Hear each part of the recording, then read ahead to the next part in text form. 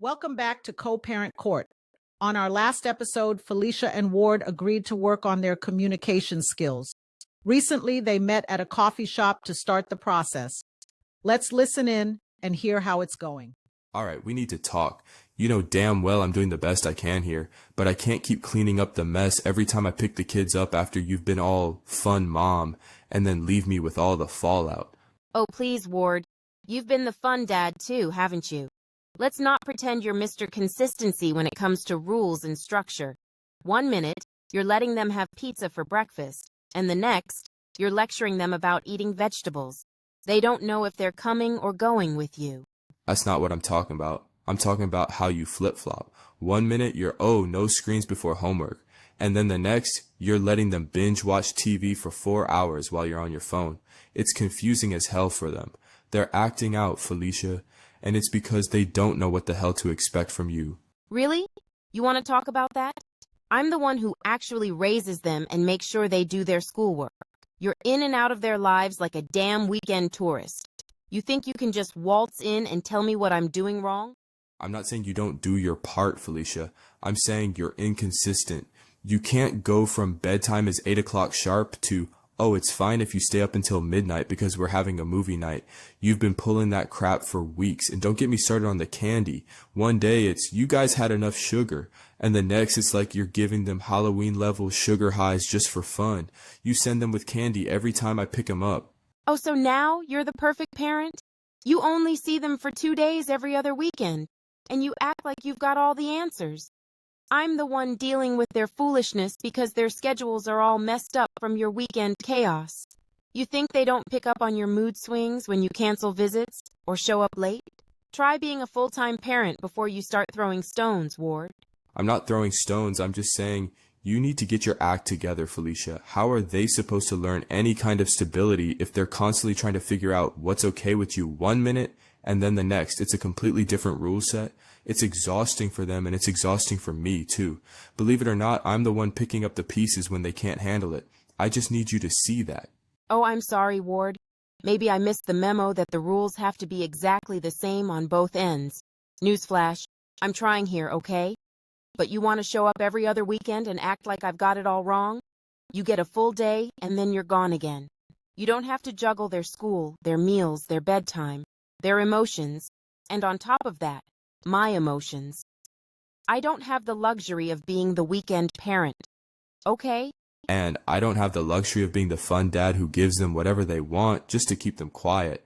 They need boundaries, Felicia. You can't just throw them in front of the TV or let them spend countless hours on their laptops so you can avoid dealing with the hard stuff. They don't understand that. All they see is inconsistency, and that's why they try to act out when I try to give them any structure.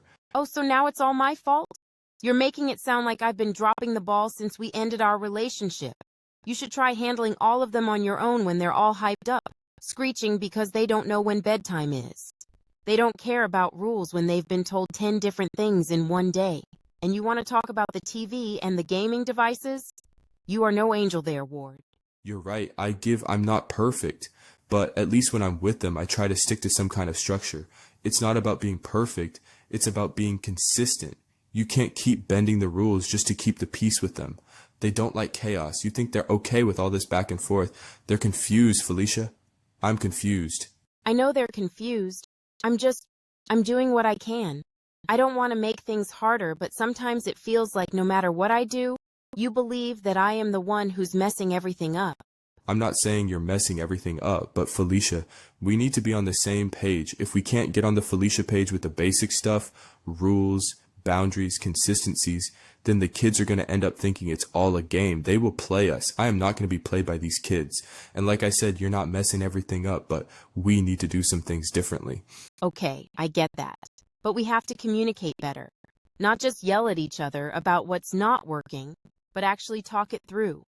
The last thing I want is for them to see us fighting, you know? Yeah, I get it. So, let's try this. Before I pick them up next weekend, we make a damn plan. Stick to it. No excuses. And you're right. Our communication and consistency needs to be better. All right. But you have to be more consistent too, Ward.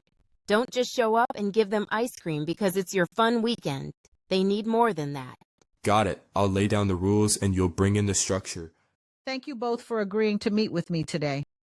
I've been listening closely to your concerns, and I want to first acknowledge that co-parenting is hard. There's no perfect formula. What I've heard from both of you is that there's a lot of frustration around consistency, or rather, the lack of it. But the real issue here isn't just the rules or the routines, it's the communication, or more accurately, the lack of communication. I'm just trying to keep some kind of structure in their lives, you know? They need boundaries, but every time I try to stick to something, Felicia changes things up. I'm not changing things up. I'm just doing what I can to manage everything. You think I can control everything? They're different with me. It's not the Felicia when you're only around for 2 days. They need me to be flexible when life is chaos. I understand you're both coming from a place of wanting what's best for your children, but let's break it down a bit further. You're both describing situations where rules are being shifted constantly. On one side, Ward feels like Felicia is too lenient, and Felicia feels like Ward's rules are too rigid.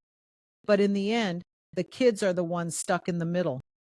When children experience inconsistency like this, it can create confusion, anxiety, and even behavioral issues. They need clear, predictable boundaries.